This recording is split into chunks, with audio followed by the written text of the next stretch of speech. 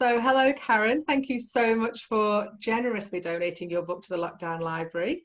The Lockdown Library was really just an initiative to get some free books out there from some clever people that I know, like yourself, because I figured people have got a bit of extra time, people have, time to learn, and that's a big passion for me, helping people to be better.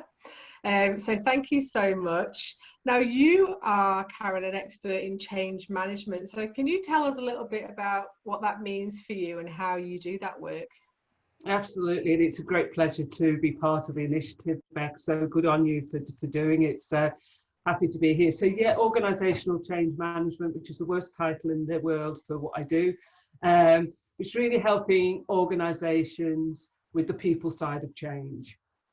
Because unless the change becomes the way we do things around here now and truly embedded, then you're not going to get the return on investment from the project or the program of work. So it's very much about communication, engagement, education, support. Yeah. And why do organisations do it so badly, do you think? Because they focus on, it's always like the people come or always considered last. And it's like there's an assumption still that, we've got to go to adopt a new, let's say we've got to go to a new technology. The people initiating the change go, yeah, well, it's obvious why we need to do it. And it's like, well, no, actually, it's not obvious to everybody. It is to you. And they start with a conversation about what needs to happen and how we're going to do it. And they forget to start with why we're going to do it. When you have the why conversation, people go, okay, this is about organisation survival. This is about, therefore, my job. So yeah, maybe I better sit up and take some notice. When people it's like me saying to you, Beck, so tomorrow we're going to go to Sydney and I'm driving. So you're not just going to jump in the car with me and just go, you're going to say, why, Karen? Why are we going? Oh, well, we've got an opportunity for some work. Oh, okay, then we'll see you in the morning. It's that conversation that needs to take place. And it seems so simple, but yeah, people just don't do it well. That communication piece gets lost, doesn't it? Yeah. So absolutely.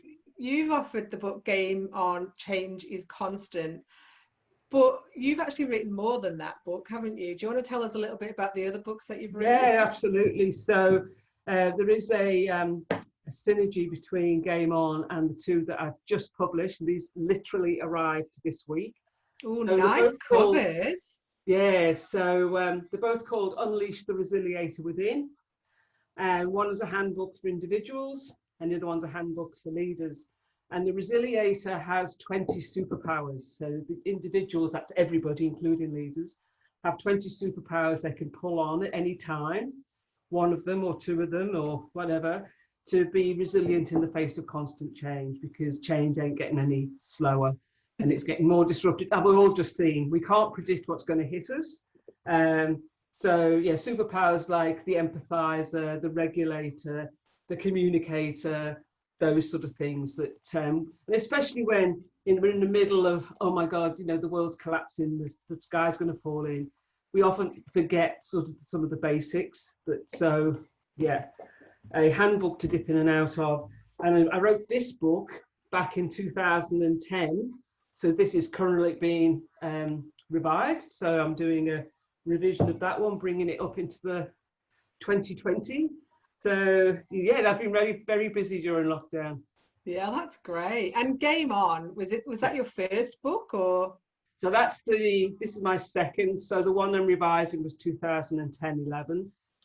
So this was published, Game On was published last year. Yeah. Yeah. And who's the book for? So anyone who's tasked with leading or driving change in an organisation. So one of the issues it addresses is, if I go into an organisation, or often, if not always, and say, so who are your change management people? And they go, that person over there. And the organisation's like 4,000 people or something. And I go, well, there's your problem. It can't be in the hands of one person or three people anymore. When it's so fast, in the days when it was intermittent, then those three people could do everything they needed to do and then move on to the next big project. Well, all those projects are just blurring into one after another. People are adopting agile projects or agile delivery. then it can't be 2 or 3 people. It's got to be everybody. So anyone who's around and looking at driving and leading change in the organisation. So yes, the change professionals, project managers, the leadership. Yeah. Fantastic. It's probably useful for everybody to have an insight though into that side of the work to get that buy-in, I guess. Yeah, absolutely. And it's got there's lots of tools in there as well that people can leverage to do change faster or manage change faster. Yeah, I see a lot of synergy. I work a lot with people in quality, and it's the same. I'll go in and say, who's responsible for quality? And it's that person over there. And it's like, okay, probably need more people involved in this. Exactly. Yeah. So in terms of it's for quality manager, or sorry, change managers, what's the main message for them? What are you helping them with? So with the title being Game On, Change is Constant, it's like change is just getting faster and faster and faster. It's getting more disruptive. We can't predict it. And we find people talk about, oh, we need to manage resistance to change. And I've said for a long time, people don't resist change when it's done with them. They resist it when it's done to them, generally. And if you're trying to do it with people and there's still resistance, it's probably because you're doing the wrong thing. Resistance can be a good thing. But the book came about, and hence the cover with the soccer balls, because as you know, I'm from Liverpool, so a big soccer fan. And I used the analogy of the managers, coaches and players in a soccer context, but it could be any, and the analogy I used in a presentation, and it resonated, and it turned out to be the book. So if you think about the players, every week, apart from at the moment, but every week the game they play is different. The pitch, the location, the weather, the opposition, the supporters, the game tactics, everything's different. And they don't resist that change. They say game on. Let's just get on with it. And even during the game, things change. Someone gets sent off, the opposition tactics change, the player may change position. And again, they just say, bring it on. And that's the workforce we want today. It has to be that they are resilient in the face of constant change and embrace it because they know it has to happen. The managers are those 1 or 2 change professionals we have today who need to stop doing and start enabling. And the coaches are a truly equipped change network across the entire organization that are really enabled, supported, educated about what change is and how people go through change. So they are the ones that are truly enabled. And by that what I mean is they have got the true understanding, because what happens in a lot of organizations say, oh yeah, we've got a change network, and the only thing they've been ever given is a lanyard with the change champion written on it, so, and that, so and they don't know what it is that's expected of them. So if we truly enable a network of agents, champions, whatever we want to call them, then they can be the doers, the feet on the ground, and let the change professionals who we've got currently start doing the strategizing to build that resilient workforce. So that's the analogy that goes throughout the book. So how do we build that resilience? How do we give the workforce or players autonomy? Because you don't get a player coming off at half time and going, you know what, boss, I had a good idea, and if I'd done that and he'd done that, we'd be 2 goals up by now. What do you reckon? They just do it. They know it's the right thing to do. So that's where we need our workforce as well, within guidelines and that, but autonomy and self-management. Yeah, and it sounds a fantastic analogy to help people really understand that they're part of a team, part of something bigger. Because often that resistance is because how's this going to affect me, rather than being able to do that big picture, how's this going to affect the team?